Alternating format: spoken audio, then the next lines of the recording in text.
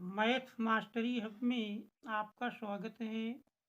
आज हम 22 फरवरी 2024 को संपन्न हुए हिंदी विषय के सेट 801 एचएफ को हल करेंगे।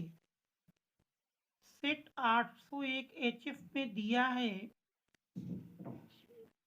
प्रश्न पत्र में दो खंड, जिसमें खंड आ जिसमें 20 ऑब्जेक्टिव प्रश्न दिए हैं। 20 ऑब्जेक्टिव प्रश्नों में पहला प्रश्न है, आचार्य रामचंद्र शुक्ल प्रसिद्ध हैं कहानी लेखन के लिए, उपन्यास लेखन के लिए, आलोचना साहित्य के लिए, नाटक लेखन के लिए। तो इसमें ऑप्शन सी आलोचना साहित्य के लिए सही है। दूसरा प्रश्न है, गोदान उपन्यास के लेखक हैं। तो गोदान उपन्यास के लेखक प्रेमचंद हैं। ऑप्शन बी सही है। नीड़ का निर्माण फिर के रचनाकार हैं। तो नीड़ का निर्माण फिर के रचनाकार हरिवंश राय बच्चन। ऑप्शन ए सही है। झूठा सच उपन्यास के लेखक हैं।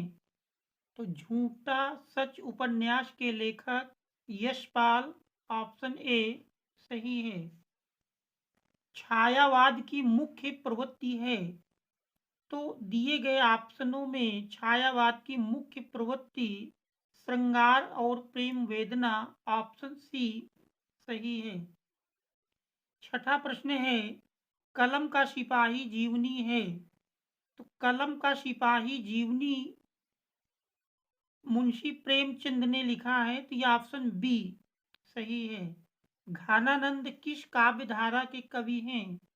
तो घनानंद रीति मुक्त। ऑप्शन ए दिया रीतिबद्ध, बी रीति सिद्ध, सी रीति मुक्त और डी आधुनिक काल। इसमें ऑप्शन सी रीति मुक्त सही है। आठवां प्रश्न है, हंस पत्रिका के संपादक हैं। हंस पत्रिका के संपादक प्रेमचंद हैं। ऑप्शन बी सही है। जहाज का पंछी कृति की विधा है। जहाज का पंछी कृति की विधा ये एक उपन्यास है। ऑप्शन सी सही है। तार सप्तक का प्रकाशन वर्ष है। तार सप्तक का प्रकाशन वर्ष 1943। ऑप्शन सी सही है। निर्वेद स्थायी भाव है। तो निर्वेद स्थायी भाव शांत रस का है। ऑप्शन सी सही है। 12वां प्रश्न है, पीपर पात सरिस मंडोला में अलंकार है। तो पीपर पात सरिस मंडोला में रूपक अलंकार है। ऑप्शन डी सही है। 13वां प्रश्न है, रोला छंद में कुल चरण होते हैं। हम जानते हैं रोला छंद में कुल 4 चरण होते हैं, जो कि ऑप्शन बी पर दिया है। 14वां प्रश्न है, आगमन में किस उपसर्ग का प्रयोग हुआ है? तो आगमन शब्द में आ यानी कैपिटल आ। ऑप्शन डी सही है। आ का प्रयोग हुआ है। फिर अगला प्रश्न है, 15वें प्रश्न में दिया है भलाई में प्रत्यय है। तो भलाई में आई प्रत्यय जुड़ा हुआ है। तो ऑप्शन सी सही है। नीलांबर में कौन सा समास है? नीलांबर में कर्मधारय समास है। ऑप्शन सी सही है। फिर आम का तत्सम है। आम का तत्सम है। ऑप्शन दिए हैं आम्ब, आम्र, अम्बु, अम्म। तो हम जानते हैं आम का तत्सम आम्र होता है। ये हमारा ऑप्शन बी सही है। फिर अगला प्रश्न है, कर्तृवाच्य में प्रधानता होती है। तो कर्तृवाच्य में प्रधानता कर्ता की होती है। तो ऑप्शन ए सही है। इसके बाद 19वां प्रश्न है, ताभ्या शब्द में वचन और विभक्ति है। तो ताभ्या शब्द में हम जानते हैं वचन, चतुर्थी विभक्ति और बहुवचन है, और जो कि ऑप्शन डी पर दिया है। 20वां प्रश्न है, निम्नलिखित में सर्वनाम है। ऑप्शन ए काला, बी घोड़ा, सी वह, डी लड़का। तो निम्नलिखित में सर्वनाम बताना है। तो ऑप्शन ए काला, तो इसमें ऑप्शन ए सही है। अब खंड बा देखते हैं। खंड बा में दिया है, खंड बा का वर्णनात्मक प्रश्न, जिसमें पहला है कह रहा निम्नलिखित गद्यांश पर आधारित दिए गए 3 प्रश्नों के उत्तर दीजिए। और प्रत्येक देख रहे हैं 2 अंक का है, तो इस प्रकार से 6 अंकों में ये बढ़िया सरल प्रश्न आया हुआ है। इसी प्रकार 8वां में दिया है। इसके बाद प्रश्न नंबर 2, दिए गए पद्यांश पर आधारित 3 प्रश्नों का उत्तर दीजिए। इसमें भी प्रत्येक 2 अंक का है, तो इस प्रकार से 6 अंक का ये भी एक आसान प्रश्न है। इसे दिया है सुनि सुंदर बन सुधारस शाने, सयानी है जानकी जानी भली, तिरछे करि नयन उदय सैन तिन्हें।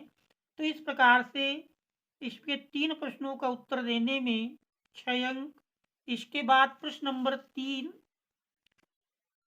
निम्नलिखित संस्कृत गद्यांश में से किसी एक का संदर्भ सहित हिंदी में अनुवाद कीजिए।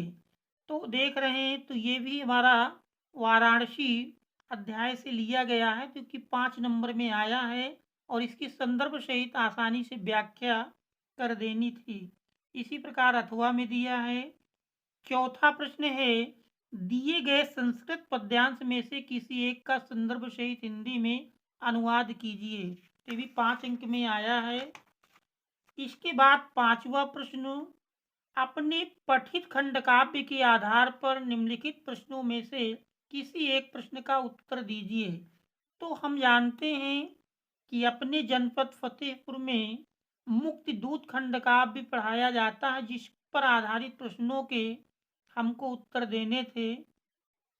इसमें फर्स्ट है, मुक्तिदूत खंडकाव्य के नायक का चित्रण कीजिए। तो हम जानते हैं मुक्तिदूत खंडकाव्य के नायक महात्मा गांधी हैं, तो इनका चरित्र चित्रण दे देना था।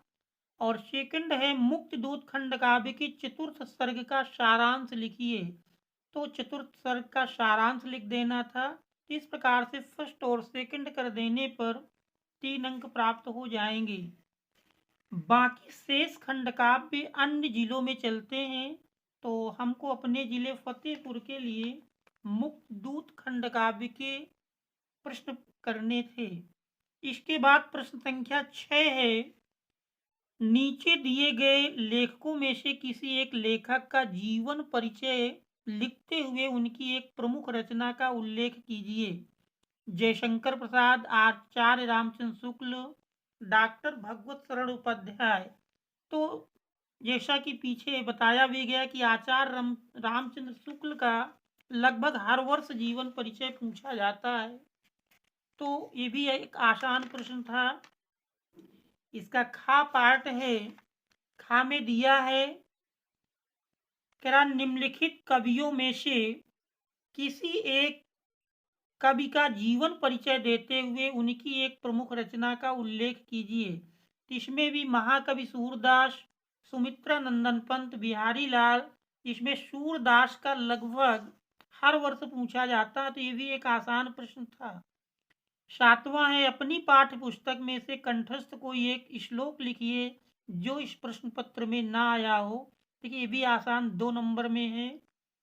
अगला प्रश्न है, निम्नलिखित में से किन्हीं 2 प्रश्नों के उत्तर संस्कृत में दीजिए। ये भी कोई 4 दिए, 4 में से कोई 2 करना था, ये भी आसान से प्रश्न है। 9वां प्रश्न है, 9वें में कह रहा निम्नलिखित विषयों में से किसी एक विषय पर निबंध लिखिए जो कि 7 अंकों में आया है। पर्यावरण संरक्षण के उपाय, साहित्य और समाज, मेरी प्रिय पुस्तक, नारी सशक्तिकरण, विज्ञान की उपयोगिता। ये सारे निबंध भी बहुत बढ़िया थे, कोई भी हम एक कर सकते थे। 10वां है, अपनी विशेष रुचियों का उल्लेख करते हुए अपने मित्र को एक पत्र लिखिए।